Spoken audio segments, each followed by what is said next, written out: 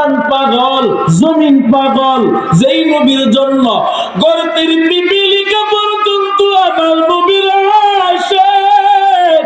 শুধু তা না, যেই নবীর জন্য জঙ্গলের গাছ পাগল, জঙ্গলের ওই হরিণীরা পর্যন্ত পাগল, সমুদ্রের মাছ পাগল। শুধু তা না, সমস্ত ফেরেশতারা, সমস্ত নবীরা আমার আল্লাহ তাআলার আশিক, আর আমার আল্লাহ নিজে আমার নবীর পাগল। ওগো নবীর উম্মতেরা হইয়া জি দিশাহারা, কুরআন হাদিসের চলো যখন যাহা চাই মনে, নবী বিনে কে তরাবে ফুলসিরাতুল মিজানে, নবী বিনে কে তরাবে ফুলসিরাতুল মিজানে। নবী আমার জীবন বরে দিনের লাগি কষ্ট করি, দান দান শহীদ করিলেন উহুদেরই ময়দানে, নবী বিনে কে তরাবে ফুলসিরাতুল মিজানে, নবী বিনে কে তরাবে ফুলসিরাতুল মিজানে। এমন এতিম নবী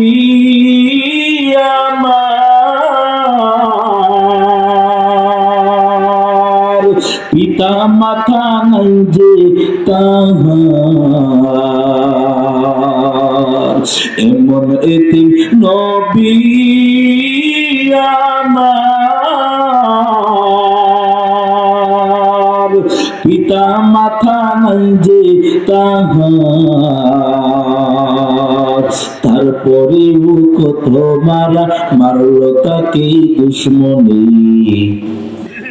নবী বিনে কে তরাবে ফুলসিরাতুল মিজানে, নবী বিনে কে তরাবে ফুলসিরাতুল মিজানে।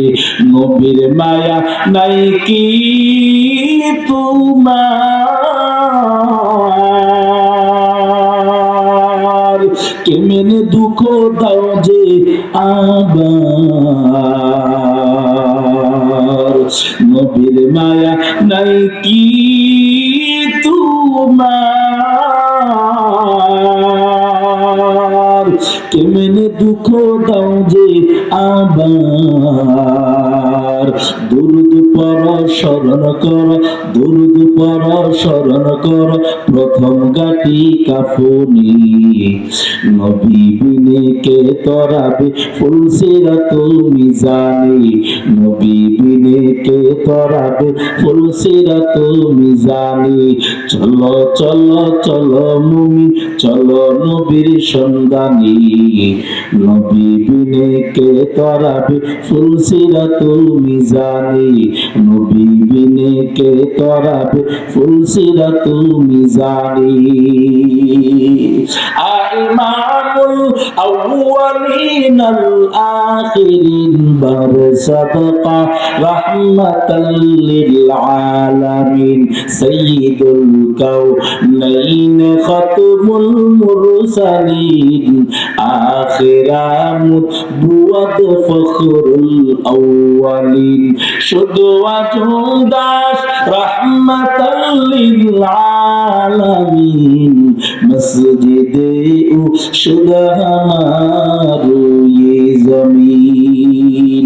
আপনাদের অনেক কষ্ট হচ্ছে, গভীর রাত হয়ে গেছে, আমি মুসাফির মানুষ, অনেক দূর থেকে আসছি, কই নরসিংদী, সকালে 8:30টার সময়, রাত্রেবেলা ঘুম নাই, রাত্রেবেলা রওনা দিছি ঢাকায়, ঢাকায় আইসা ওইখান থেকে সকাল 8:30টায় বাসের মধ্যে উঠলাম, সন্ধ্যায় আইসা নামলাম। আপনাদের চাইতে বেশি ক্লান্ত আমি, রাত্র অনেক হয়ে গেছে, আপনি মোনাজাত দিয়া দিন ইনশাআল্লাহ। মোনাজাত দিয়ে দিতাম নাকি কুতুবউদ্দিনের বাকি জানাজার ইতিহাসটা শোনার দরকার আছে? শুনবেন সবাই ইনশাআল্লাহ। ভাইরা আমার, ওই ব্যক্তি আমার জানাজার ইমামতি করবেন যার মধ্যে 4টা গুণ থাকবে। 1 নাম্বার গুণ, যে বান্দা নাকি জিন্দেগিতে কোনোদিন আসরের 4 রাকাত ফরজ নামাজের আগে যে 4 রাকাত সুন্নত আছে জিন্দেগিতে কোনোদিন ছুটে নাই। আর আমাদের নামাজ যারা পড়ে আর যারা পড়ে না, যারা পড়ে তাদেরকে দেখা যারা পড়ে না তারা আরো দূরে সরে যায়। কারণ যারা নামাজ পড়ে এদের নামাজও পড়ে মিথ্যা কথাও বলে, আসে না নাই? নামাজও পড়ে লিঙ্কি দিয়া খেতের খামার কাজ করে নাই? আছে? আমার বুঝে আসে না, সে লিঙ্কি দিয়া মাঝে মধ্যে 2 পাশের রাংকু বাহির করে এই লিঙ্কটি দিয়া বাড়িতে আসে না আসে। এ তার ছেলে মেয়ে তারা যে দেখতেছে সওয়াব হবে। হ্যাঁ, আরে বেহায়া, তোর চোখের সামনে তো মেয়ে এই লিঙ্কটি দিয়ে রাখছে। আর সবচেয়ে আশ্চর্য লাগে যুবকেরা, এই যুবকেরা শর্ট প্যান্ট পরে কি বলে না? পরে তুই তোর বোনের সামনে শর্ট প্যান্ট পরা কিভাবে যাস?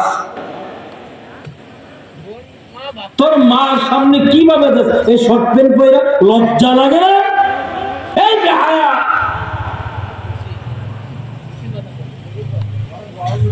কি আছে না নাই? আমার কথায় কি আপনারা রাগ করতেছেন?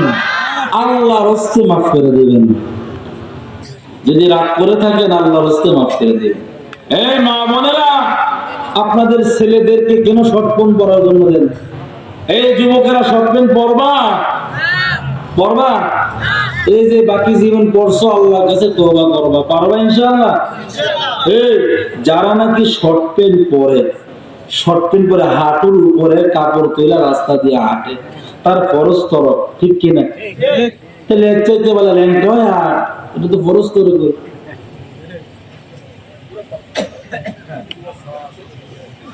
আগে দেখতাম আমরা একটা সিরা কাপড় থাকলে আমরা পরি না, ঠিক কিনা?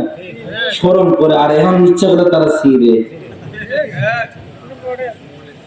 হ্যাঁ, ইচ্ছা করে ছিঁড়ে।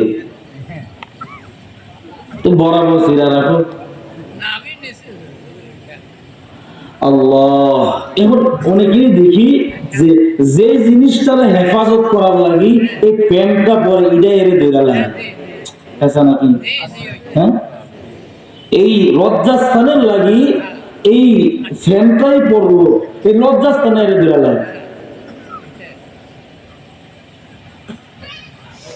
এই যে আপনি শর্ট প্যান্টটা পরলেন, হাঁটুর উপর কাপড়টা তুললেন, শুধু আপনার গুনাহ না, যেই ব্যক্তি আপনার দিকে তাকাইবে তারও গুনাহ হবে।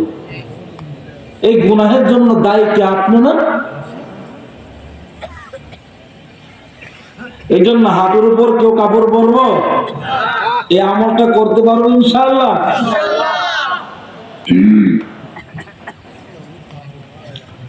ভাইরা আমার,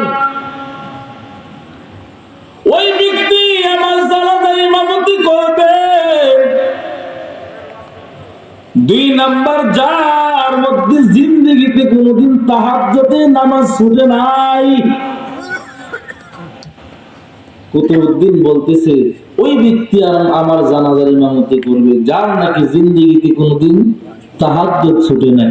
এখন তো আমাদের বাংলাদেশের মধ্যে 70 রাকাত, 80 রাকাত, 90 রাকাত পড়ুন না তাহাজ্জুদ ওয়ালা কিছুদিন আগে আবির্ভাব হয়েছে কিনা? হয়েছিল না?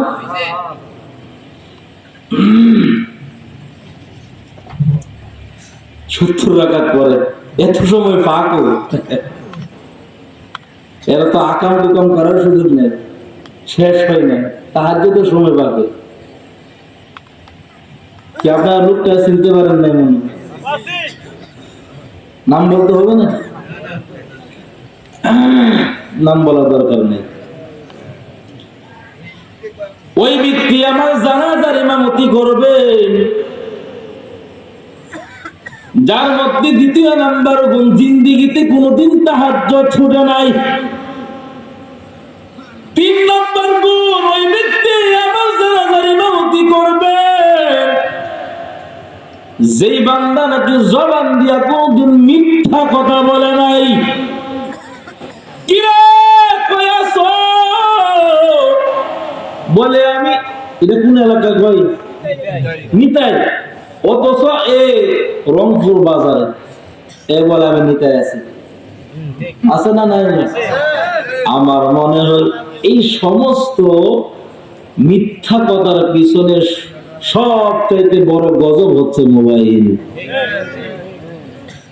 এই আছে গড়ের ভিতরে কেবল বাজারে, আর যদি টাকাওয়ালা যদি কেউ টাকা পাও না তাকে সর্বনাশ। এত মিথ্যা কথা বলে বলে বাড়িগুলি সব মিথ্যা কথা বলে। আমাদের সমাজের মধ্যে অথচ যারা টাকা পাওনা থাকবে তাদের পিছনে আমাদের ঘোরা দরকার, কিন্তু যারা টাকা পাওনা ধরে আমাদের পিছনে ঘুরতে হয়, ঠিক কিনা? আর যদি কেউ দোকান থেকে বাকি নিতে পারে, এই দোকান এর সামনে দিয়ে এক সপ্তাহ এক মাস আসবে না, দোকান ঘুরে যাবে। আছে না নাই? দোকানওয়ালারা কি করবে? আর যদি দোকানওয়ালারা পয়সা থাকে না, আছে না নাই?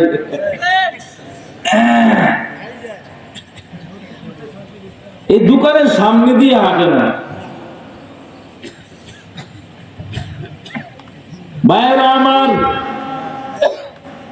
জীবনে কোনদিন মিথ্যা কথা বলে নাই। এই মিথ্যা কথার রোগ আছে না নাই আমাদের মধ্যে? অথচ রাহমাতুল লিল আলামিন বলেছে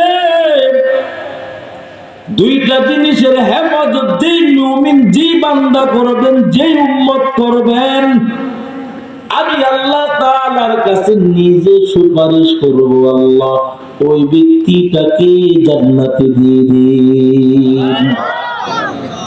দুইটা জিনিসের হেফাজত যেই বান্দা করবেন, দুইটা জিনিস কি? এক নাম্বার, যেই ব্যক্তি নাকি জবানের হেফাজত করবেন। দুই নাম্বার, যেই ব্যক্তি নাকি লজ্জাস্থানের হেফাজত করবেন।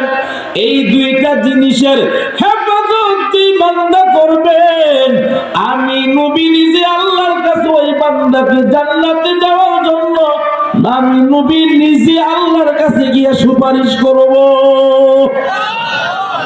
নবী নিজে সুপারিশ করব।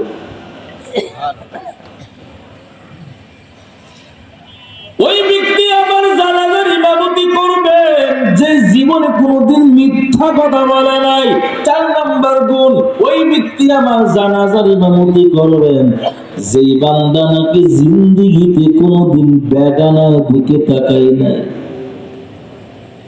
তাহলে গুণ হইল কয়টা?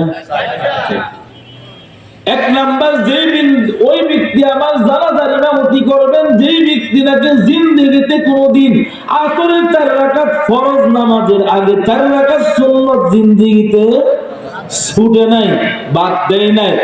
2 নাম্বার, ওই ব্যক্তি আমার জানাজার ইমামতি করবেন যেই ব্যক্তি নাকি জীবনে কোনোদিন তাহাজ্জুদের নামাজ ছাড়ে নাই।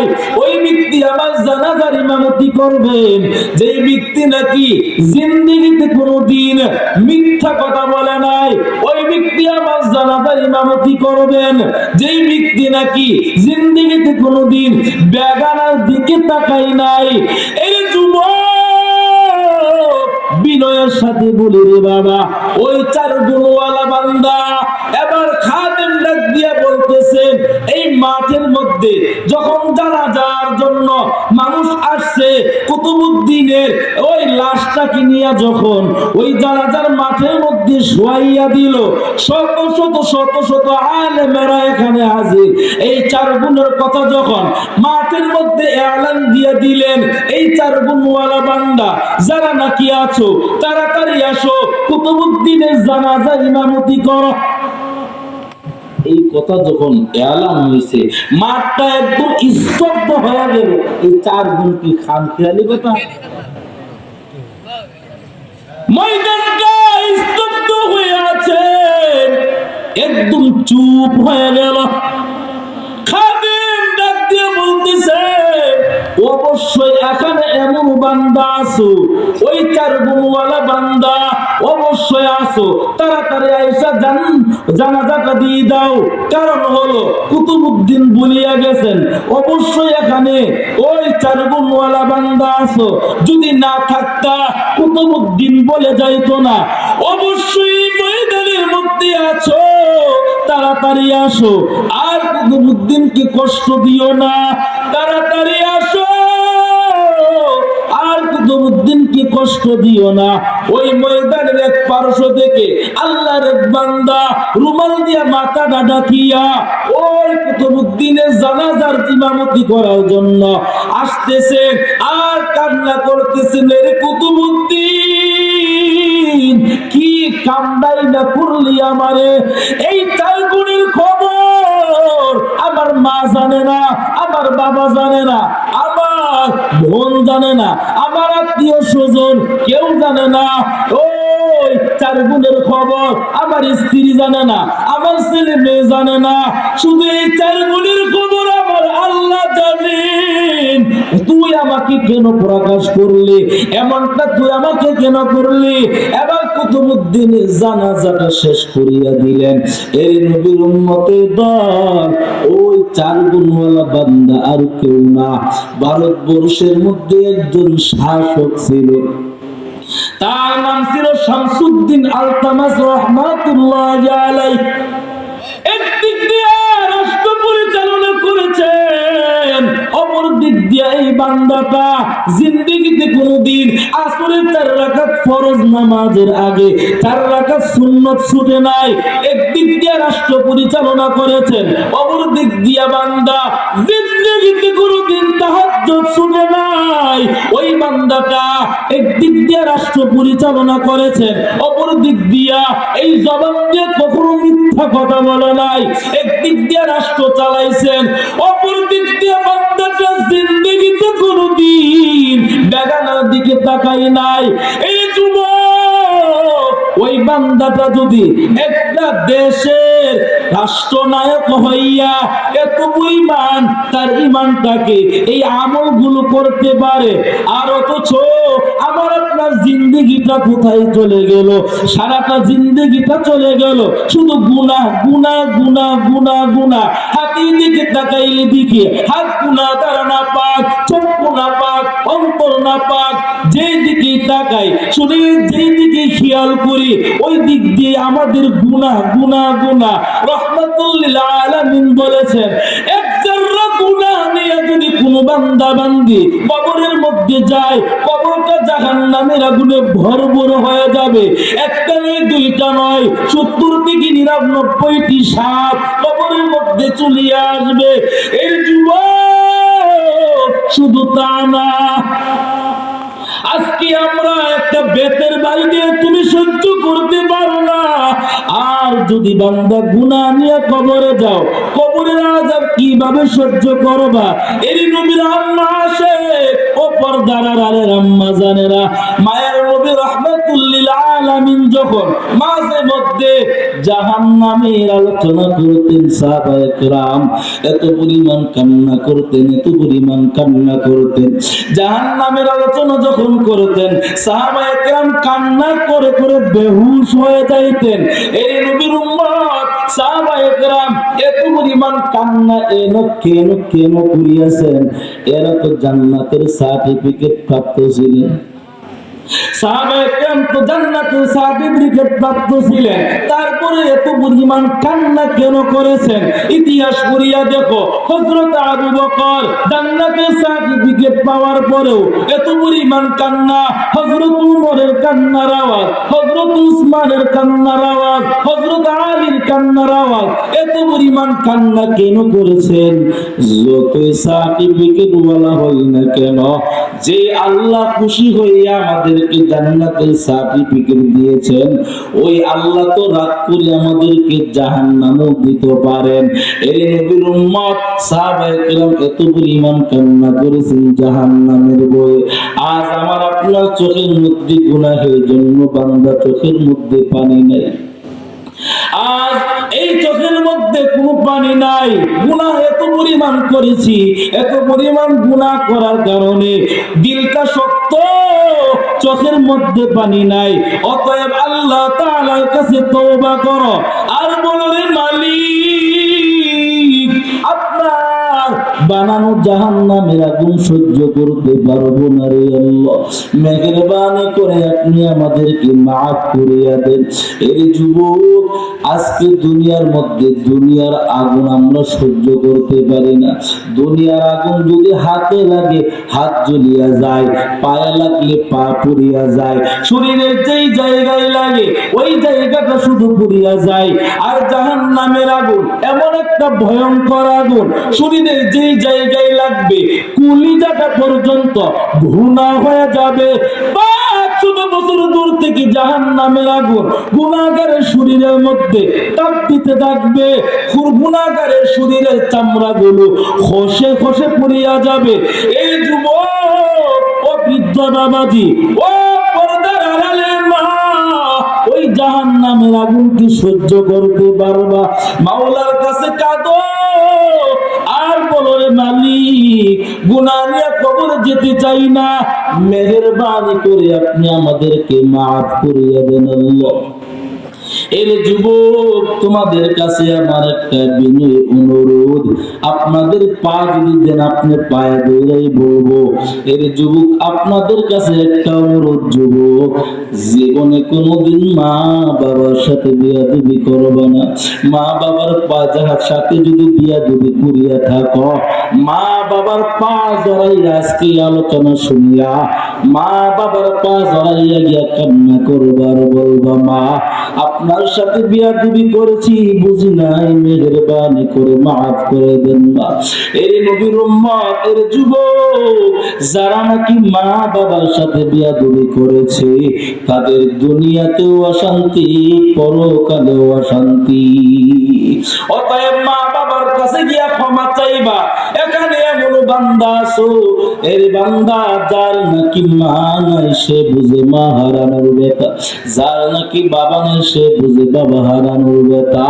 আমার আপনার নবী ছিল বড় এতিম, রাহমাতুল আলামিন ছিল বড় এতিম। এর নবীর উম্মত, এর যুবক, বিনয়ের সাথে বলি, মা বাবার খেদমত করবা, মা বাবার সাথে বিয়াদবি করবা না। কারণ হলো যুবক, রাহমাতুল লিল আলামিন একদিন জান্নাতুল বাকিতে হাঁটতেছেন, হঠাৎ করে তাকাইয়া দেখতেছে একটা কবরের মধ্যে আযাব চলতেছে, একটা কবরের মধ্যে আযাব। নবী আবার আল্লাহকে বললেন, আল্লাহ, এই কবরের মধ্যে আযাব হওয়ার কারণটা কি? আল্লাহ পাক জানায় দিলেন, এই ব্যক্তিটা তার মা বাবার সাথে বিয়াদবি করেছে, এই জন্য তার কবরের মধ্যে আযাব চলতেছে। আপনাদের কষ্ট হচ্ছে? আপনার কষ্ট হচ্ছে নাকি?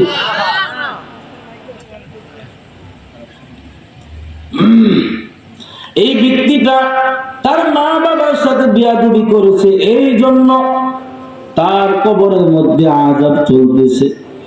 রাহমাতুল লিল আলামিন আল্লাহকে বললেন, আল্লাহ, এখন কি তার মা বাবা দুনিয়ায় বেঁচে আছে? বলে, হ্যাঁ আছে। কোন এলাকায়? নবীর কাছে আল্লাহ তাআলার কাছ থেকে পরিচয় লইয়া রাহমাতুল লিল আলামিন সাহাবায়ে কেরামদেরকে দিয়া ওই মাকে সামনে আইনা হাজির করলেন। মাকে আইনা বলতেছেন, মা, আপনি আপনার সন্তানটাকে মাফ করিয়া দেন। মা দুইটা চোখের পানি ফেলাইয়া কান্না করিয়া বলে, ও পয়গম্বর, আমি আমার সন্তানকে মাফ করব না। নবী ডাক দিয়া বলতেছেন, মা, আপনি কেন আপনার সন্তানকে মাফ করবেন না? মা এবার ডাক দিয়া বলতেছেন, নবী আমার, এই সন্তান একদিন আমার সাথে ঝগড়া তর্কে জড়াইয়া হাতের মধ্যে একটা লাঠি নিয়া আমাকে এমন জোরে আঘাত, ওই লাঠির আঘাতে আঘাতে আমি জমিনের মধ্যে রক্তমাখা অবস্থায় পড়ে গেলাম।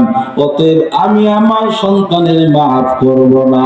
আল্লাহ পাক রব্বুল আলামিনের কাছে নবী ডাক দিয়া বলতেছেন, মালিক, এই কবরের আযাবটা, সন্তানের আযাবটা একটু মায়ের চোখের সামনে দুলিয়ে ধরেন।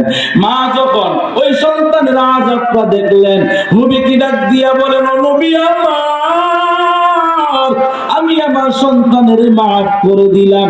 কারণ হলো সন্তান আমার সাথে যত অপরাধ করে, যত অন্যায় করে না কেন, আমি মা তা সহ্য করে নিতে পারি, কিন্তু সন্তান যদি কোনো মুসিবতের মধ্যে থাকে, আমি মা তা সহ্য করে নিতে পারি না। অতএব আমি আমার সন্তানের মাফ করে দিলাম। এর নবীর উম্মত, এর যুবক, যার নাকি মা নাই সে বুঝে মা হারানোর ব্যথা, যার নাকি বাবা নাই সে বুঝে বাবা হারানোর ব্যথা।